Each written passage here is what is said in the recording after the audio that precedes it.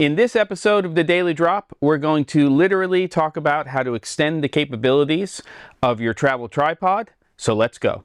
Okay, here we are, another day, and I promise that this episode will not be as long as yesterday's. I had to get through that whole setup that I'm using for the Daily Drop, and I had no idea when I was filming it that it was even getting close to about 20 or 20 plus minutes long.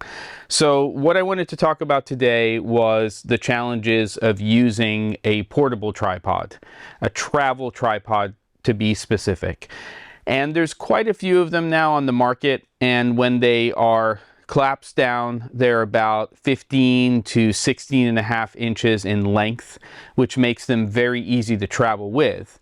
But the disadvantage, even for vertically challenged people like me, is that the maximum height usually on these tripods is about 62 to 63 inches, somewhere between 59 and 63 inches in total height. That's okay if you're just taking still photographs, but if you want additional functionality from your travel tripod, you're going to need a solution. So I started looking, and there are solutions, and I have two of them here right now, and they're both under $20 US. This one, actually both of them are carbon fiber, but this one, when it's in its single stage, is about little under 8 inches in length, and then fully extended somewhere around 14 inches. It's a two-stage, very lightweight. This one is a 3/8/16 on the bottom, and then it is 1/4 on the top. So if you want to get to a 3/8/16, you're going to have to use a little step up to allow you to do that. Now the second one, which is my preference, feels a little heavier duty. It's only, at least currently, a couple of dollars more, and is around 9¼ inches long first stage and almost 16 inches long extended. And what's really cool about both of these is, unbeknownst to me until I started reading the descriptions, is the base of these not only have 3/8/16, which makes them compatible with most regular tripods, because that's usually the thread that you have. You can always step it down.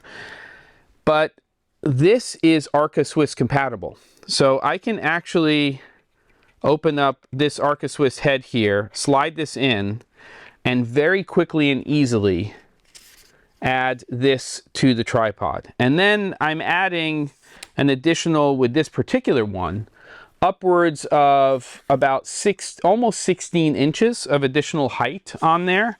So that's giving you a lot more functionality. I also like this one in particular, even though they both have that Arca Swiss compatible base, because the top is 3/8/16. I believe it's reversible. I have to look into that. I think you can actually reverse it.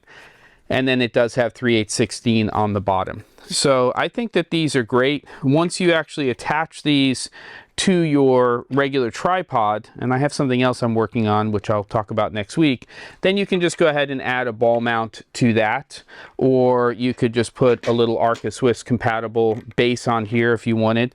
Or in the case of, you know, what we're talking about with this Arca Swiss compatible, if I was going to use something like this little iPhone mount, which I talk about in the previous episode, I could also just attach that to this very, very easily.